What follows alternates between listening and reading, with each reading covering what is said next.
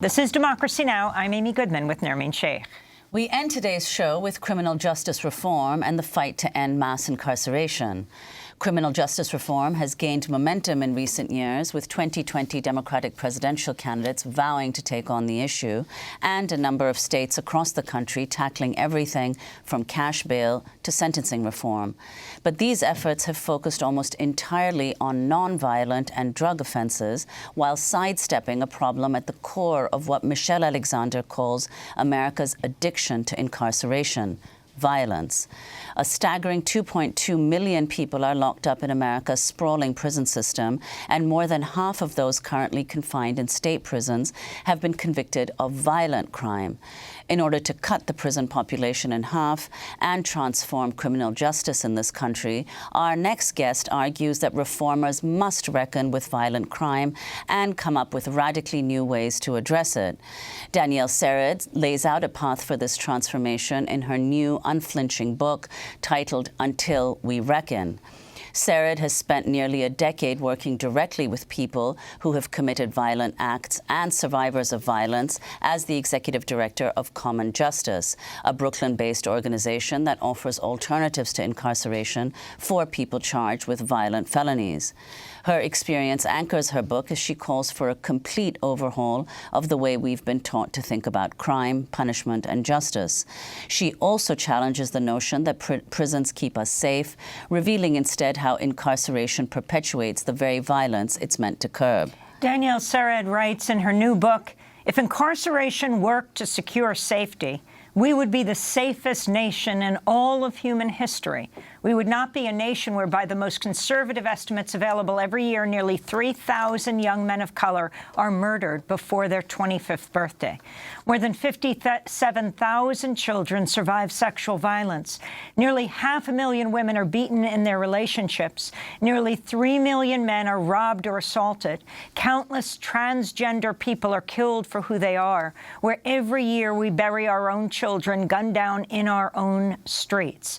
She goes on to write, "Just as we ask people who cause interpersonal violence to reckon with their actions, so should we as a society call on ourselves to reckon too. Until we do so, no different future will be possible."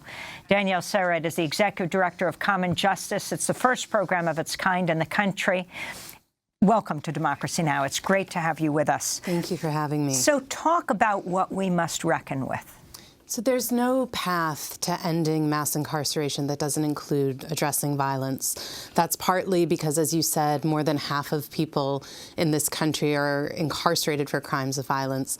But it's also because our national addiction to prison is based in a story about some imagined monstrous other, somebody who is not quite human the way we are, from whom we have to be protected at any cost. It's that image of somebody that has been racialized in this country since our very beginnings that animates us to choose prison over schools, prison over hospitals, prison over basic infrastructure. And until we tackle that central narrative, the possibility of actually ending mass incarceration in our lifetime won't be within reach. What about that distinction between violent and nonviolent crimes? So I think honestly, it is the people who have advocated for reform who have made that distinction most central. Many people who experience violence know that their relative who struggles with addiction and their relative who gets in fights at a family barbecue are the same relative. That distinction has been considered politically expedient, and in many ways, for some of the shorter term wins, it has been. The problem is it sets up a barrier to us doing what has to come next. But the other problem is that if you asked crime survivors what types of crimes it was most important that we get right, they wouldn't say petty theft, and they wouldn't even say drug possession. They would say crimes of violence. And the problem is that prison not only fails to keep them safe, it actually creates more danger.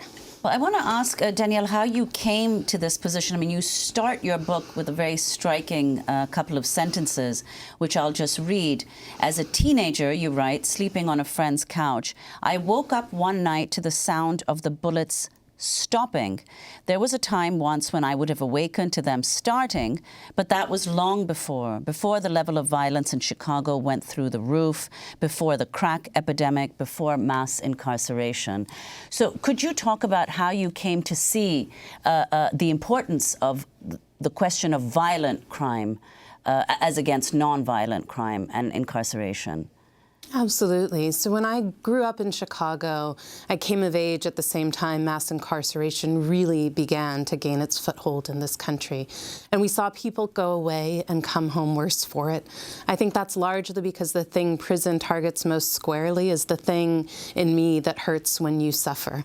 There are people who are incarcerated who are capable of keeping that intact, but the system is designed in every single way to undermine it. So when people came home worse for having been away, we didn't think about it in some abstract notion of recidivism. We experienced it as harm within our own neighborhoods. But worse in what sense, would you say? I think people had... Trauma hurts people. Isolation hurts people. And so I'm in the business of ending violence. And we know the 4 core drivers of violence are shame, isolation, exposure to violence, and an inability to meet one's economic needs. The 4 core features of prison are shame, isolation, exposure to violence, and an inability to meet one's economic needs. And so we have baked into our central response to violence in this country precisely the things that we know generate it. It's reliable in doing so. It's why study after study will find prison has what's called a criminogenic effect, which means it not only fails to reduce recidivism, it increases the likelihood that someone will cause both more and greater harm going forward. So what is the alternative? At Common Justice, we offer one of them, and of course, the real answer to displacing mass incarceration will require many. In Common Justice, we bring together people who have committed serious violence with the consent of the people they've harmed into a dialogue process after extensive preparation. In that process, they acknowledge the harm done to the survivor. They reach agreements about what the responsible person can do to make things as right as possible. If the responsible person fulfills those agreements and continues through our violence intervention curriculum for the year following that dialogue, they don't go to prison and the felony charges against them are dismissed. And in the meantime, we work with the survivors of their crimes to help them come through what happened to them and in their lives generally. What is a violence intervention program? I mean, what would they go through? So the core of what they do is mostly consumed by acting on the agreements, the commitments they've made to those they hurt. So that may include restitution, community service, getting work, getting clean, talking to other young people in their neighborhood, any number of things that are deemed of value. For example, a rapist? We don't work with sexual violence at Common Justice. Others do. We don't do that because we think these processes are inapplicable to them. We do it because we understand that sexual violence is distinct from the kind of street violence that we address. But the violence intervention program with us, the part of their work that actually happens in our office, requires people to reflect on the values, beliefs, experiences, and expectations that drove their decision to commit harm in the first place. We don't believe that people are just sort of trauma machines who take it in and put it back out. Violence is a choice people make, and given a context in which to actually examine the underlying drivers of that choice, people can choose to behave differently. Well, can you explain, Danielle, if there are any precedents or examples of the kind of restorative justice that you're advocating? So restorative justice practices are thousands of years old. They're actually far older than the court systems that we think that they're the innovative intervention to transform. Restorative practices have their roots in Native communities in this country and in other indigenous communities across the world. And so since time immemorial, when communities have dealt with people who belong to them, who are members of their community, who commit acts that they know to be wrong, they look for courses of actions that will not only change that behavior, but will keep that community whole. And so there are programs around the country that apply restorative justice to lower level crimes than those we address, that apply restorative justice with younger people in the juvenile system, even with serious crimes. Common Justice is the first to apply these practices as a diversion from the criminal justice system, but it is anything but new. Compared to restorative justice, the criminal justice system is like a little toddler on its grandmother's lap. I wanted to read a quote of Michelle Alexander, the scholar, civil rights lawyer, and the author of The New Jim Crow. She wrote in her New York Times column about Michelle Sered's book. She said, Our criminal injustice system lets people off the hook, as they aren't obligated to answer the victim's questions, listen to them, honor their pain, express genuine remorse, or do what they can to repair the harm they've done. They're not required to take steps to heal themselves or address their own trauma, so they're less likely to harm others in the future. The only thing prison requires is that people stay in their cages and somehow endure the isolation and violence of captivity. Prison deprives everyone concerned, victims and those who have caused harm, as well as impacted families and communities, the opportunity to heal, honor their own humanity, and to break cycles of violence that have destroyed far too many lives. You use examples in your book, Michelle Sered. Those are the words of Michelle Alexander, recommending until we reckon. Danielle Sered. Give us some of the examples. I think one of the most powerful ones early on is I said earlier that we only take cases into the project if the victims of the crime consent.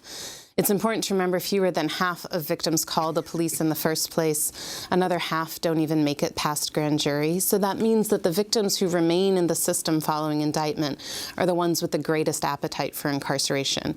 These are the victims we ask whether they want to see the person who hurt them go to prison or come to common justice.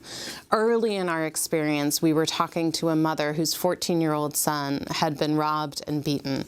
The young man who caused this harm to him was facing at least 3 years in prison. And I was having a conversation with that mother about whether he should go to prison or common justice. And she said to me, when this young man first hurt my child, first I wanted him to burn to death. And then I wanted him to drown to death. And then I realized as a mother, I don't want either of those things. I want him to drown in a river of fire. And she said, but the truth is 3 years from now, my 9-year-old boy will be 12, and he'll be going to and from school, to and from the corner store, to and from his aunt's house alone. And one of those days, he'll walk past this young man. And I have to ask myself on that day, do I want this young man to have been upstate, or do I want him to have been with y'all? She said, now, if he were before me today and I had my machete, not a machete, my machete, I would chop him to bits, bury him under the house, and sleep soundly for the first time since he dared lay hands on my baby. The truth is I'd rather him be with y'all. I think we have a myth that moving towards some different response to crime requires forgiveness, requires mercy, requires compassion, requires victims who embrace the people who hurt them as though they are their own family, as though they could be brothers. That's not what it requires. What it requires is pragmatism. That mother made a decision to prioritize the safety of her children and children like him over her emotions. That may or may not be a mother's obligation. It certainly seems that prioritizing safety over emotion is the job of the criminal justice system. And what's your own sense of that from your personal experience? You yourself are a survivor of violence. As a survivor of violence, I know there are very few things that contribute more to our healing than the accountability of those who have hurt us. We want to tell them the impact they had on our lives. We want to ask them questions about what they did and why they did it. We want them to fill in the stories that the trauma itself makes it difficult for us to remember fully. We want them to make it right in a way that we get to help define. And in some ways, most of all, we want them to become someone who won't do that ever again, not to us and not to anyone else. The problem is for every single one of those goals, prison not only doesn't accomplish it, it precludes it. It separates us. It encourages denial rather than admission. It separates people from opportunities to make repair. And if anything, it makes it more likely that it will cause more harm rather than less. Mm-hmm. Did you find any kind of restorative justice in your own situation? Could you share? I didn't. And most of us don't. And that's part of one of the greatest harms of mass incarceration is in part that it teaches us that we don't know what to do, that we as people, as communities, have no capacity whatsoever to deal with harm. And so we're often left with a choice between the criminal justice system and nothing. And even those of us who have critiques of the criminal justice system then end up with nothing at all. It's our aspiration not only that common justice and programs like it expand, but also also that people who live in community with each other act on what actually is our inherent capacity and expertise as neighbors and family members to make things right when we've broken them. Like the First Step Act, do they worsen the situation when it comes to dealing with people who've committed violent crimes and perpetuating stereotypes? So I think every policy reform is going to be incremental until we are actually passing sort of the abolition of prison and full reparations. Anything short of that is an incremental reform. And so I don't think critiquing those laws simply because they don't go far enough is necessarily the right approach. At the same time, when we make laws or when we pass laws that advance reform for nonviolent offenses and mobilize a narrative that distinguishes those people from the true bad ones, that says don't lock them up with the ones who will make them worse somehow by sheer proximity to their evil. When we double down on that narrative, we cause enormous harm. And so policy is the space of compromise. We're naive to think it will be anything other than that. Our narrative, our stories, our arguments for why we make those changes don't have to be. Do you see any indication at all that the conversation is shifting on violent crime? Nonviolent crime, we see some movement, but on violent crime? In the public discourse, less so. In the movement to end mass incarceration, I think people have either done the reflective work or run the numbers and understand that there is no pathway to victory without it. But the place where that conversation has always been happening is in communities where violence is prevalent. When I said before we gave victims the choice whether or not to choose common justice, 90% choose common justice, 90%. And it's not mostly because of mercy and compassion, it's because of pragmatism. People who live in neighborhoods where incarceration is common have been paying for its failure since its inception. And so the conversation about its failure to produce safety and the appetite to do something different is long-standing anywhere that people live with what it produces. And finally, in the last 30 seconds, the larger societal obligation to address the harm? So in interpersonal harm, we believe that people are required to acknowledge what they've done, acknowledge its impact, express genuine remorse, make things as right as possible in a way defined by those harmed, and become someone who won't do that ever again. As a nation, we have caused extraordinary harm through incarceration to the people we've locked up, to their families, to their community members, and we've weaponized the pain of victims dishonestly to justify that while never tending to their needs. We're going to ask you to hold that thought, and we're going to continue with part 2 of our discussion, and we'll post online at democracynow.org. Danielle Sered is Executive Director of Common Justice and author of the new book, Until We Reckon, Violence, Mass Incarceration, and a Road to Repair. I'll be speaking in Denver, Colorado on March 15th, Friday night at 7 o'clock at East High School. Check our website at democracynow.org. We have a job opening for a full-time junior systems administrator. Go to the website. I'm Amy Goodman with Nermeen Sheikh. Thanks so much for joining us.